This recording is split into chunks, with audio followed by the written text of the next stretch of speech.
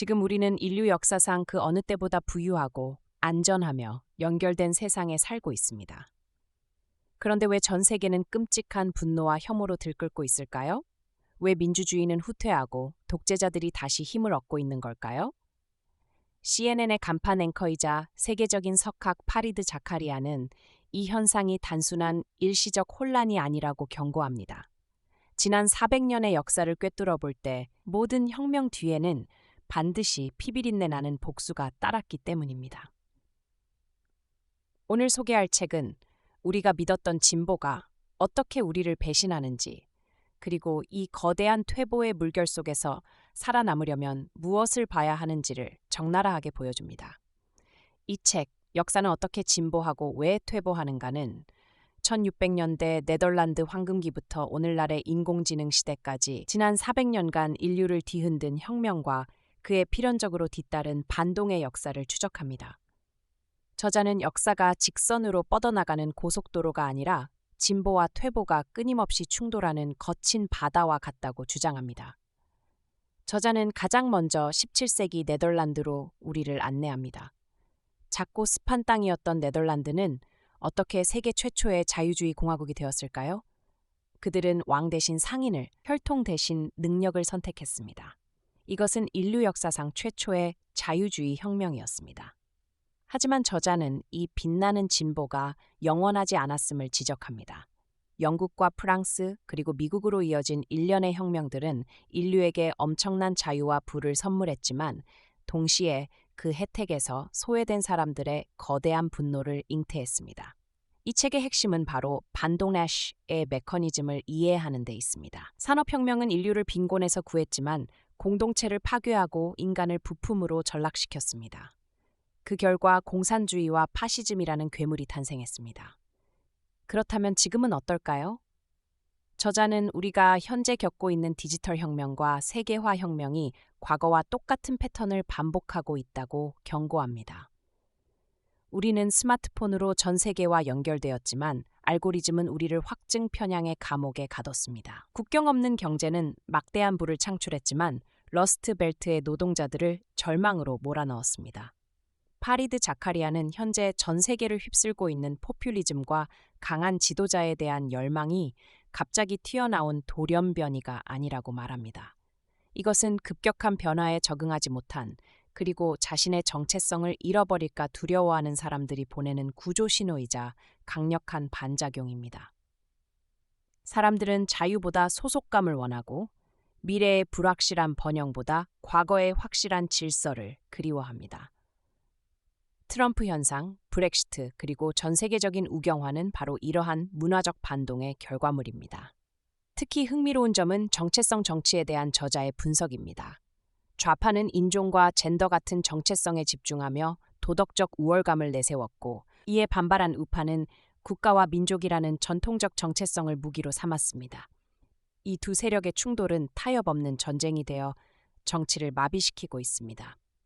저자는 이를 두고 우리는 경제적 문제보다 문화적 문제로 싸울 때 훨씬 더 잔인해진다라고 통찰합니다. 하지만 이 책은 비관론으로 끝나지 않습니다. 저자는 역사의 시계추가 결국 다시 진보 쪽으로 움직일 것이라는 희망을 놓지 않습니다. 다만 그것은 저절로 이루어지지 않습니다.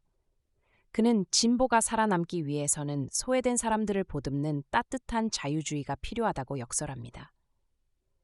혁명의 속도를 조절하고 반대편의 두려움을 이해하며 끊어진 사다리를 다시 연결하려는 노력 없이는 우리는 끝없는 퇴보의 늪에 빠질 수밖에 없다는 것입니다. 결국 이 책은 우리에게 묻습니다.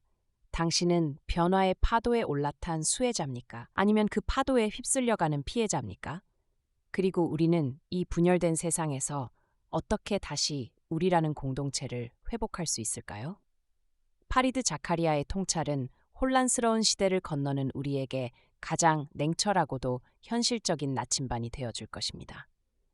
지금까지 역사의 거대한 흐름 속에서 진보와 퇴보가 어떻게 춤을 추는지 살펴보았습니다. 이제 노트북 LM을 통해 저자가 제시하는 구체적인 역사적 데이터와 현재의 정치적 위기를 극복하기 위한 실질적인 해법들을 더 깊이 있게 분석해 보겠습니다. 안녕하세요. 요즘 세상 참 복잡하고 또 혼란스럽다고 느끼는 분들 많으시죠? 이 혼란을 이해하는데 아주 좋은 길잡이가 될 책 파리드 자카리아의 혁명의 시대를 오늘 쉽고 깊이 있게 파헤쳐 보겠습니다. 자, 아마 많은 분들이 요즘 이런 생각하실 거예요. 세상이 왜 이렇게 불안정하지? 뭔가 잘못 돌아가고 있는 것 같은데? 이 질문에서부터 한번 시작해 보겠습니다. 사실 그 불안정의 신호는요, 우리 주변 곳곳에서 쉽게 찾아볼 수 있습니다. 예를 들면 포퓰리즘적인 분노로 들끓는 그런 정치 운동들, 바로 그게 시작이죠. 거기서 그치지 않죠. 마치 사회를 딱 둘로 나눠버릴 것처럼 보이는 이 깊은 이념 갈등까지 정말 심각합니다. 이런 현상들이 모여서 결국 뭘 만들어낼까요?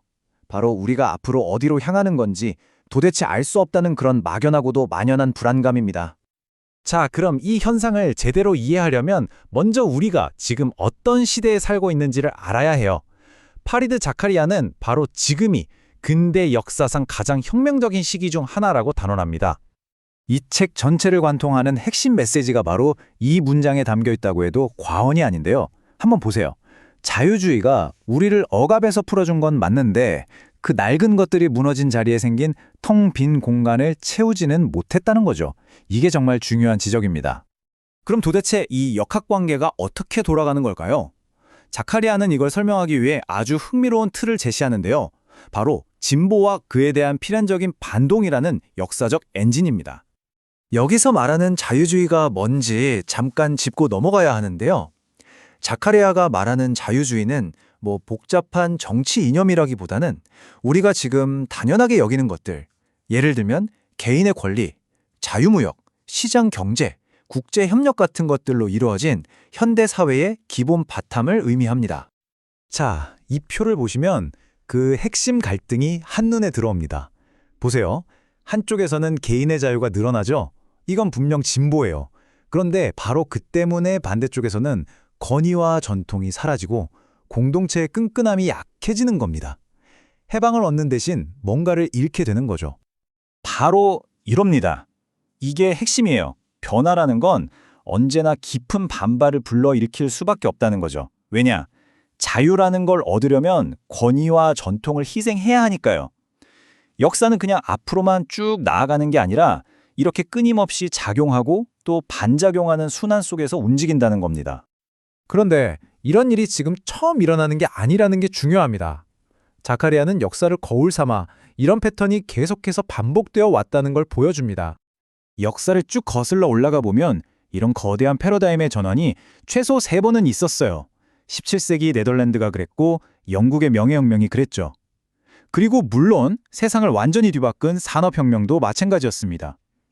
이 시대들 모두 엄청난 진보를 이뤄냈지만 그 이면에는 어마어마한 혼란과 반발이 함께했다는 공통점이 있습니다. 자, 바로 그 똑같은 힘이 지금 바로 오늘날 우리 세상에서 작동하고 있습니다. 그런데 결정적인 차이점이 있어요. 과거에는 하나씩 일어났던 혁명이 지금은 무려 4개가, 그것도 전 지구적인 규모로 동시에 터지고 있다는 겁니다. 정말 엄청나죠? 자, 자카리아가 지목한 우리 시대의 4가지 거대한 혁명은 바로 이겁니다. 세계화, 기술, 정체성, 그리고 지정학입니다. 하나씩 살펴볼까요? 첫 번째는 세계화 혁명입니다. 이건 동전의 양면과 같아요. 국경이 허물어지면서 수억 명이 가난에서 벗어나는 기적을 낳았죠. 하지만 동시에 선진국 노동자들은 일자리를 잃는 충격을 받았고 바로 이 지점에서 포퓰리즘적인 분노가 싹트기 시작했습니다. 두 번째, 기술혁명은 정말 기묘한 역사를 보여주는데요. 이 그래프를 좀 보세요. 온라인 세상에선 그 어느 때보다 많은 사람과 연결되어 있죠. 그런데 현실에서는요, 친한 친구가 거의 없거나 아예 없다고 느끼는 사람은 오히려 늘고 있습니다. 더 연결될수록 더 외로워지는 아이러니, 이게 바로 기술혁명의 그림자입니다. 이렇게 경제의 구조가 바뀌고 우리가 소통하는 방식까지 바뀌다 보니까 자연스럽게 이런 질문을 던지게 됩니다. 나는 누구인가? 바로 세 번째, 정체성 혁명입니다. 이제는 이민 문제, 다문화주의 같은 이슈들이 우리와 그들을 가르는 기준이 되면서 21세기 정치의 가장 뜨거운 전쟁터가 되어버렸죠. 그리고 마지막으로 이 모든 혼란은 거대한 판의 변화 위에서 일어나고 있습니다. 바로 지정학적 혁명이죠. 냉전이 끝나고 미국이 유일한 초강대국이었던 시대는 이제 막을 내렸습니다. 그 자리에 중국이나 러시아 같은 새로운 강자들이 등장해서 기존 질서에 도전하고 있는 그런 다극화된 세상이 온 겁니다. 자, 그럼 이렇게 네 개의 혁명이 동시에 몰아치는 격동의 시대를 우리는 대체 어떻게 헤쳐나가야 할까요? 정말 막막하게 느껴질 수 있는데요. 자카리아는 여기서 몇 가지 조심스럽지만 희망적인 해법을 제시합니다. 그의 핵심 처방은 이 세 가지 원칙으로 요약될 수 있습니다. 첫째, 위에서부터 밀어붙이지 말고 설득하라는 것. 둘째, 아무리 듣기 싫은 목소리라도 표현의 자유는 지켜야 한다는 것. 그리고 셋째, 타협을 약점이 아니라 미덕으로 여기라는 겁니다. 왜냐하면요, 너무 급진적인 변화는 언제나 더 크고 거센 반동을 불러오기 마련이거든요. 점진적으로 함께 나아가야 한다는 거죠. 그리고 앞서 말했던 그 텅 빈 공백, 즉 공동체의 붕괴를 막기 위한 구체적인 정책들도 제안하는데요. 예를 들어 무상교육이나 육아 지원으로 가족의 유대를 강화하고 커뮤니티 센터 같은 곳에 투자해서 이웃 간의 연결을 되살리고 또 국민 모두가 참여하는 봉사제도를 통해 국가적인 통합을 이루자는 겁니다. 결국 이 혁명 때문에 약해진 공동체의 기반을 다시 튼튼하게 다지자는 거죠.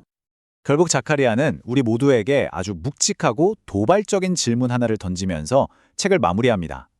우리는 과연 이 거대한 진보가 가져다준 엄청난 혜택들을 고스란히 지켜내면서 동시에 그로 인해 발생하는 강력한 반발과 분노를 성공적으로 다독여 나갈 수 있을까요?